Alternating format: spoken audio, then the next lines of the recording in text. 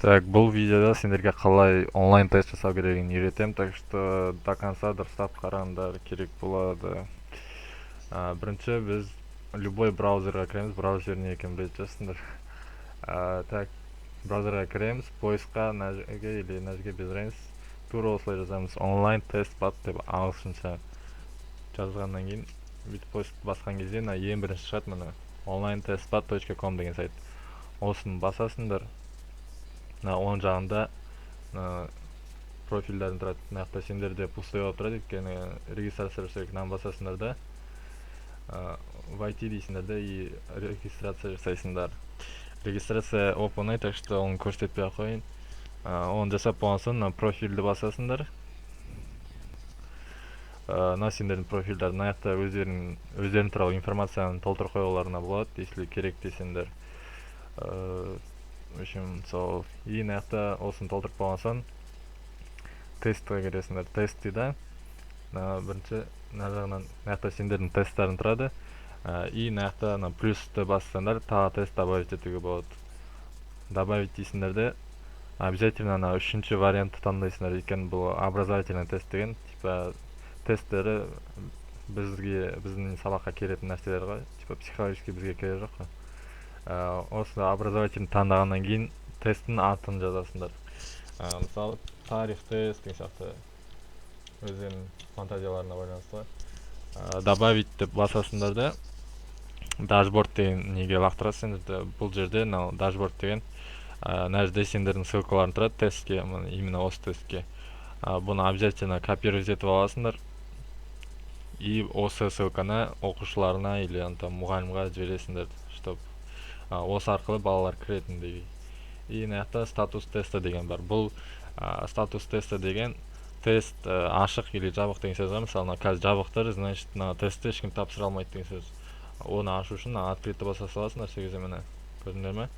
Жасыл болып жанады, и мынада жасыл болып жанады, открыт деп тұр. Енді значит тест қазір открытый доступта тұр. Значит ссылканы басса, бұл тестті смело тапсыра алады деген сөз. Это виджет, общий доступ деген сияқты олар обязательно емес, даже керек емес десем де болады. И обложка теста деген бар, ол өздерің на свое усмотрение қарайсыңдар, типа тесттің обложкасы болсын ба болмасын ба деген сияқты.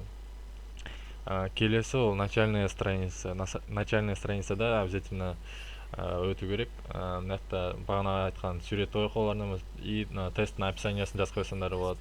Типа бұл тест ананы мынаны тексеру үшін оқушының білімін деген сияқты. Тоже өздерінің на свое усмотрение, там фантазия деген сияқты. И инструкция к тексту. Инструкция не обязательно деп ойлаймын, балалар и так шарит етеді ғой, андай типа қалай тапсыру екенін білетін шығар. И добавьте форму регистрации дейді. Обязательно басасыңдар, өйткені тестті кім тапсырып жатқанын білу үшін, қай оқушы, қай сыныптан екен. Карандашты басасыңдар, оң жақтағы. И заголовок дейді, бұл типа қала берген дұрыс, или осыны қазақшаға аударып қоюларына болады, типа там Google'дан или өздерің білесіңдер. Бұған тиіспейсіңдер в основном. Типа не сияқты ғой, обязательно форманы толтырыңдар деген сияқты. Добавить басасыңдар, название параметрға имя, фамилия деп қоясыңдар, чтобы осы жерге оқушы өз аты жөнін жазатындай, или аты жөні дей саласыңдар, так что без разницы. Мына жақта тиіспейсіңдер, мына жақта строка тұрған дұрыс. И обязательно к заполнению галочка қоясыңдар, чтобы оқушы обязательно аты жөнін жазып кету үшін. Сохранить басасыңдар. И мына жақта типа керегі жоқ, бұны тиіспей қойсаңдар болады.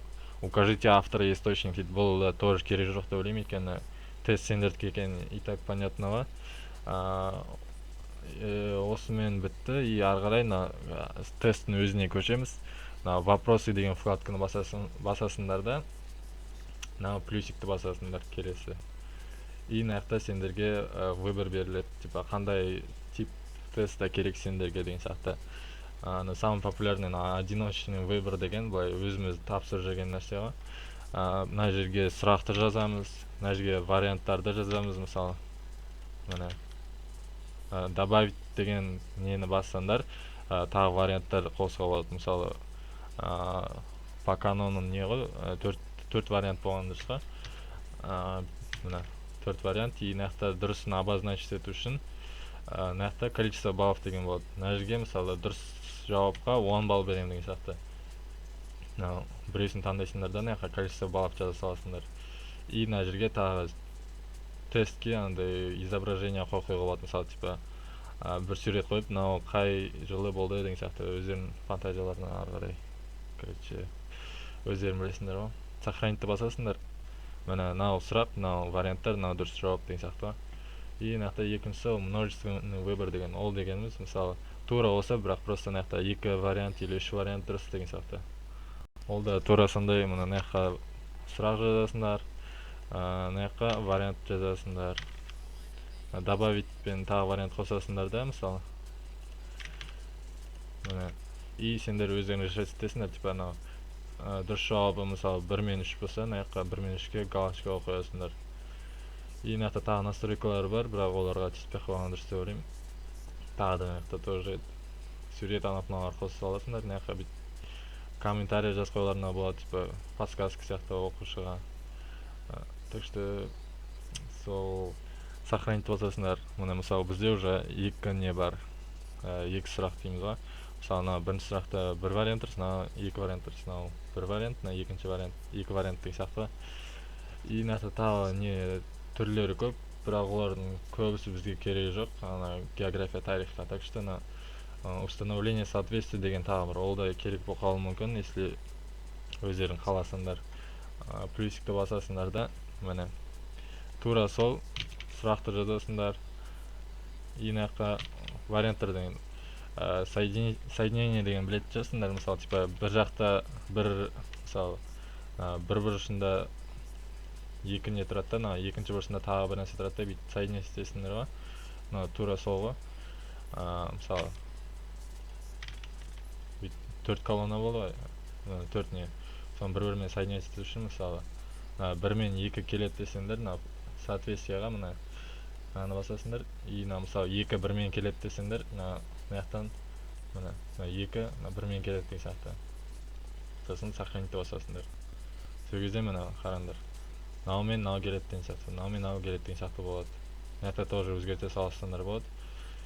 И в общем-то все. Мына жақта қалғандар тоже бар, бірақ олар өздерін изучать етесіңдер. Маған бұл керек жоқ, сендерге тоже керек жоқ деп ойлаймын. Так что в общем-то все.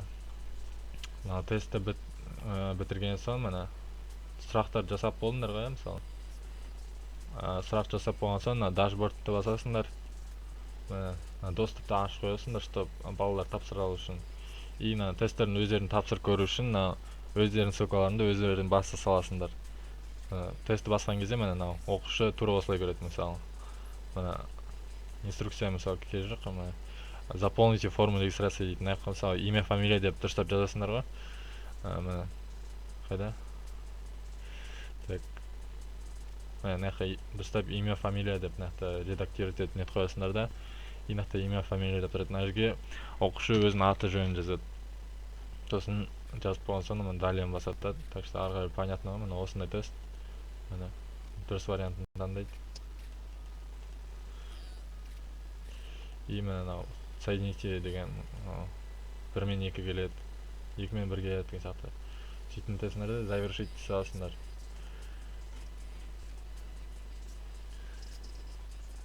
И в общем-то все, мына оқушыға результатын көрсетеді.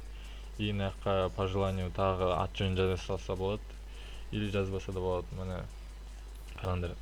Дашбордқа кірген кезде мысалы мына қазір обновить еткен. Дашбордқа кірген кезде мына кім тест тапсырды, сол көрініп тұрады мысалы. Мына көрдің бе? Бір оқушы тапсырды, значит, басасыңдар да мына таблица результатов дейсіңдер. Сол кезде мына қара. Мына жақта аты жөнін жазылып тұрады оқушының, қанша дұрыс жауап берді деген сияқты. И қанша балл алды деген сияқты. Естіп мына жақта оқушылардың тізімі толып тұрады, мына жақта аты жөнін жазылып тұрады.